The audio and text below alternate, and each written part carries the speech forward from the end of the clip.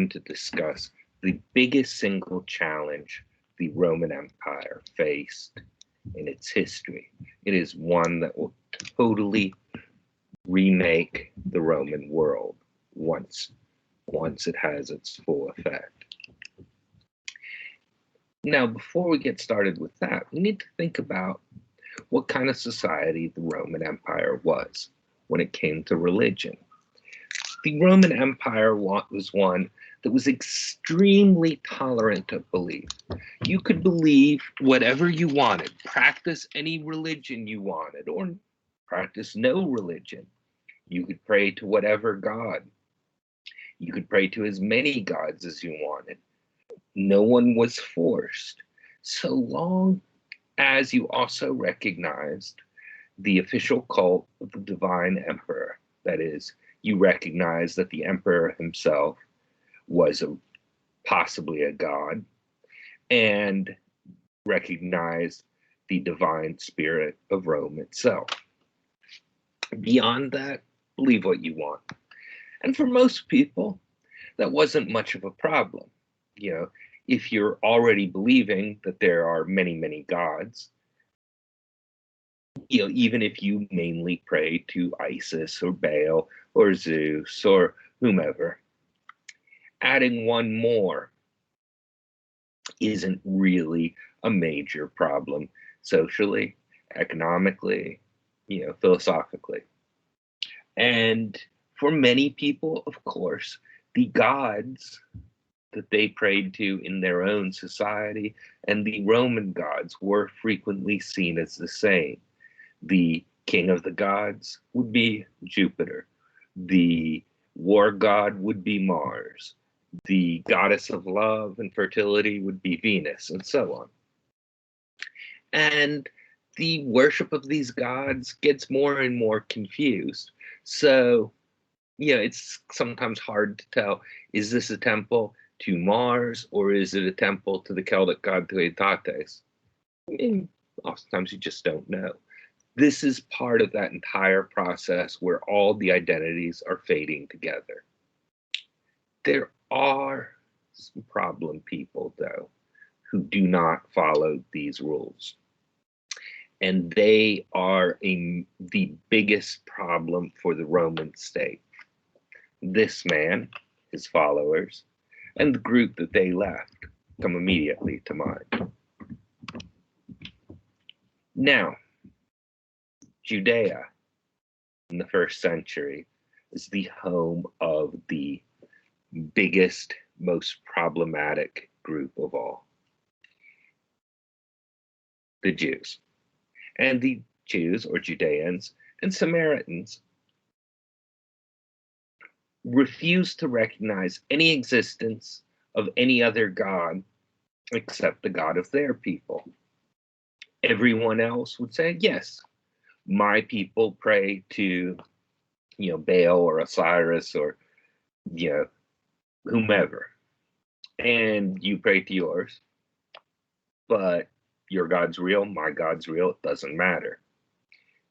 By the first century, Judeans and Samaritans are saying, no, there is no God except our God. All other gods are fake. And the Judeans had, in the last centuries before the year 1, begun to spread out. There is now the largest Jewish community is in Alexandria in Egypt. The second largest is close to Babylon in Mesopotamia. But there are also Jewish communities throughout the Eastern Mediterranean, in Greece, in what's now Turkey, even in Rome itself, as well as major Jewish communities in Carthage and North Africa. Some of these, well, all of these ultimately, were started by people who had come from Judea at some point and established these communities, and then their children and grandchildren. But there were also a growing number of people who, living near a Jewish community, were attracted to the ideas that they heard there of one God, that there is right and wrong and a moral order. And these proselytes were, becoming more and more common around the synagogues, that is, the houses of worship of these Jewish communities. In Judea itself, in the first century, there are several different streams of thought, all looking at different levels of resistance to the culture of the Roman Empire. The ones that we might hear the most about are the Pharisees. The Pharisees taught that the law found in the Torah must be followed exactly, and that was the most important thing, to be completely compliant with all the laws of Jewish practice. Of course, the Pharisees are probably the main ancestor of Jewish communities today. The Sadducees were the other large faction, and the Sadducees were much more comfortable adopting some of the Greek and Roman culture around them. There were, in addition, groups like the Essenes. The Essenes advocated pulling out of the society. Many of them had gone to live in communities in the desert where they could achieve a more holy life.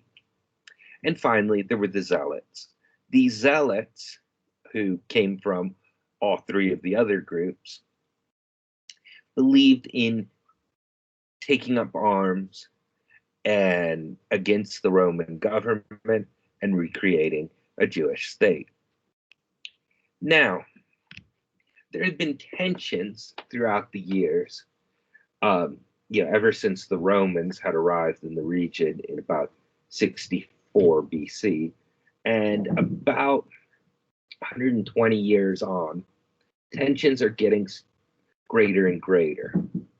And in the year 66, a Roman official is killed in Jerusalem. There are riots that follow as the Roman army tries to restore order, round up the people responsible. The Romans lose control in the city and are driven out of the city. Zealots take over in Jerusalem and declare the independence of a new Jewish state. Of course, they're going to be much smaller than the empire they're rebelling against, and the Romans move pretty quickly to crush the revolt. The only reason it takes as long as it does is that Nero dies without an heir, and there is a very short civil war. The civil war ends with a new Roman emperor, Titus, being the one who had been involved in suppressing the Jewish revolt when he went to do other things. He returns. He conquers Jerusalem. He destroys the temple almost completely. The city is wiped out. It's a ruin. He returns to Rome and puts up an arch of triumph and has a parade through it, at which they bring the treasures of the temple. And we can see them featured even now in Rome. This would seem to be the end of Judaism as a political force. It is certainly the end of the temple. All that remains from the temple is this wall, the Kotel as it's called, which is one of the exterior retaining walls for the large courtyard. As the only part of the temple that remains, it is today, to this day, the holiest site in Judaism, and Jews come there from all across the world. Now, with the end of the temple, there's no more sacrificing in Judaism. What remains reorganizes itself into the rabbinical Judaism that has lasted down to the present. And really, Judaism as we know it begins in the moment that the temple is destroyed. Now, there is a fifth group that's active at the time. And back under the Emperor Tiberius, the successor to Augustus, it's said that Jesus is supposed to have been crucified. Now, there are no Roman records of this. And some people make a big deal saying, well, there's no documented proof he ever lived. But without going into that argument in too great a detail, there's very little evidence of most people who were alive at this time. So that's actually not really a valid criticism. What we can say is whomever Jesus or Yeshua ben Yosef, which would have been his real name, whatever he really was as a human, he was a son of God, a teacher, a preacher, doesn't matter from a historical point of view. Because within the generation of the time he was supposed to have been crucified, his followers have begun writing down his teachings, and they are beginning to spread them throughout the Roman Empire. Initially, they are going to those Jewish communities that have become scattered throughout the Roman world and preaching in the synagogues and to the non-Judeans who've gathered around them. But they are definitely spreading. We know that in the 60s, they exist in Rome in some significant number. We know, for instance, fairly confidently, that they were in Pompeii on the day it was destroyed, is there are a couple of Christian graffitos on the walls, one of which is a very interesting thing. It says Sodom, Gomorrah, and now Pompeii, suggesting it was literally written on the wall as the city died. And then there's also this. And this is one of the most interesting things to me because it is not from a Christian. It says Zalianos is worshiping his God. And Zalianos, if you look, is wearing a kippah or yarmulke. So he's meant to be a Jewish man. And the God he is worshiping is nailed to a cross. He is the head of a donkey. This is not a Christian picture of Jesus. This is someone making fun of Christians, but who knows enough about Christians to know that they believe their God was nailed to a cross, which is really, really interesting. And it means not only that, but that people around them knew something about what they believe. Now, from a fairly early point, there is so Christianity will continue to spread after the Jewish War. Christianity and Judaism really go their separate ways. There'd been some confusion in the first decades. Were Christians just Jews who believed that the Messiah had arrived? Were they a new religion? Jews didn't necessarily know. Christians didn't necessarily know. By the 70s, though, it is clear Christians and Jews are two separate religions. At first, Christians will be primarily in the cities and towns of the Near East, in Egypt, Syria, Israel, Palestine, and Turkey, more or less. And in these areas, they will grow steadily as a group. They will begin to face persecution. And they face persecution for a number of reasons. The first persecution we know of by the Roman government happens in the year 64. There is a massive fire that destroys much of the city of Rome. Emperor Nero, who, if anyone has heard this phrase, Um, there's a slight thing wrong with it. Nero did not play his fiddle in Rome while the city burned. He was actually out of town at the time. But Nero afterwards seeks to blame someone for this horrible event that has destroyed so much of the city, killed so many people. It's obviously an act of terrorism. And who is the main terrorist threat in 64 to the Romans? It is the terrorists coming from Judea.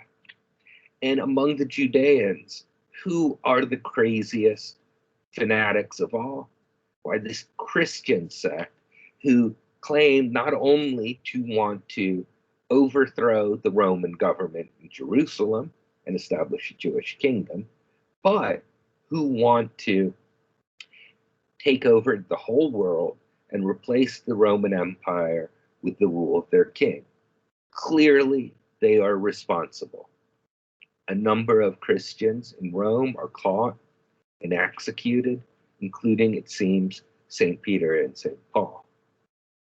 Now, Romans will also accuse the Christians of being atheists. Christians don't worship the old gods. Christians do not take part in the religious festivals of the cities. There's another major persecution under the Emperor Domitian, who reigns from about 89 to 96. And he is probably the person who the book of Revelations is aimed against. Now, so terrorists, atheists, what else could get people in trouble? And one of probably the biggest thing that will be aimed at Christians and lead to their persecution is that they are not patriotic. Early in the first century, we have a writer named Pliny. If anyone remembers, he's the person who wrote the first-hand account of the destruction of Pompeii. A few years later, he is working as a governor in what's now Turkey, near the Black Sea. And he writes to the Emperor Trajan saying, there's a problem. There are these people who live in his territory who, he says, are absolutely great people. They're great citizens. They never commit crimes. They're kind. They're loving, so on and so forth. But they refuse to make sacrifices to the emperor and the spirit of Rome. And, when they don't, what am I supposed to do? Because the rule is that we are to execute these people. And the solution they work out, Trajan and Pliny, is basically don't ask, don't tell. Don't force Christians to come and sacrifice to the spirit of the emperor. And then they don't have to refuse. And you can go on about your business. But if they do refuse, you need to punish them. And if you look at this is a lot like some modern controversies. It's not that the Romans believe the emperor is a god and the people should worship him, but rather what this worship represents. This is how you show loyalty and support for the Roman government, for all the great things it's done, bringing peace, building the roads, establishing law and order. And by refusing to make this small sacrifice, Romans will perceive Christians as basically spitting on the empire, saying that they hate the empire. I mean, you can almost imagine some Roman being, when you refuse to make this, you are basically, spitting on the soldiers who created the Roman Empire, and so on and so forth. And yeah, there's some very definite similarities to things more recent. But this will be the biggest single thing to get Christians in trouble. There are some other ideas floating around. Rumors spread about the Christians. They want to take over the world, that they hate the Roman Empire, They do not believe there are any gods, and that they're cannibals. And that, if you think about it, comes from a misunderstanding.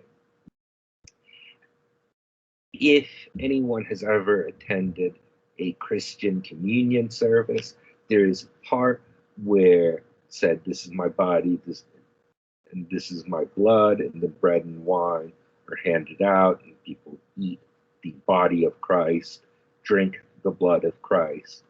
And one can imagine someone who knew nothing about Christians overhearing this and thinking, "Oh my, they're cannibals. They've killed someone and they're eating it." But it will also lead to negatively impact the Christians. Now, persecution does not do much to stop the growth of the church. In fact, to some extent, it even spurs it on, because non-Christians see the strong faith and belief of the people who, some of whom are executed, tortured to death, and refuse to renounce their beliefs. As the church grows, it gets more complicated. The church fathers, as they're called, begin to develop a stronger, clearer idea of what it means to be a Christian.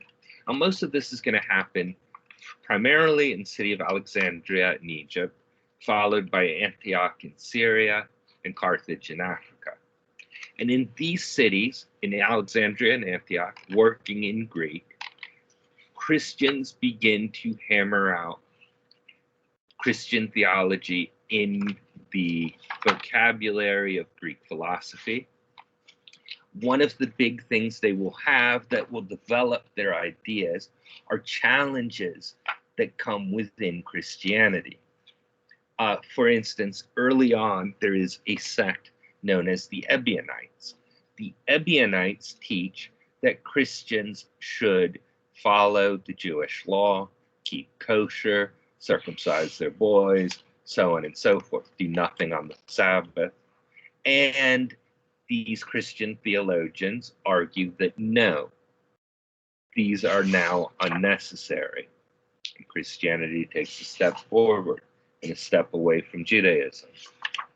There are the Marcionites, led by a man named Marcion, who says there are two gods, the God of the Old Testament, who is the God of the law, and the God of the New Testament, who is the God of love. The God of the Old Testament is evil. We should reject him, and we should only read the New Testament. And what they read in there is not what we have today. It is the Gospel of Luke, the book of Acts, and some letters of Paul, and that's it. And this is the first attempt to say, what are the sacred texts of Christianity? And the theologians looking at Marcion say, no, we need to read the Hebrew Bible. That is also our scripture. And we need to read more than just this very limited number of Christian writings. Others, Gnostics, maintain that Jesus is only a spirit, that anyone can become God if they follow Jesus exactly. In a way, they're almost reaching Buddhism. This is rejected. Another movement called the Montanists.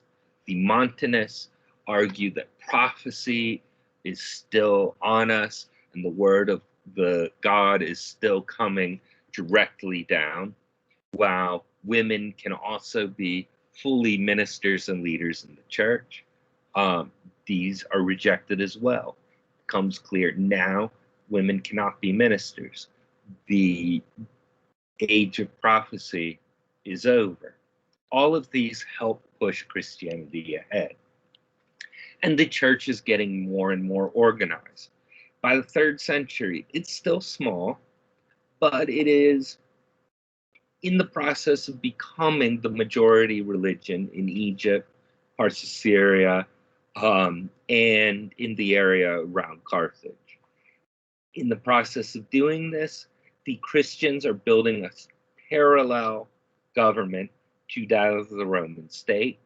In each city, the bishop is the head of the Christian church, there are deacons beneath them, and so on. It's still small but growing, and is about to create a major challenge to Rome.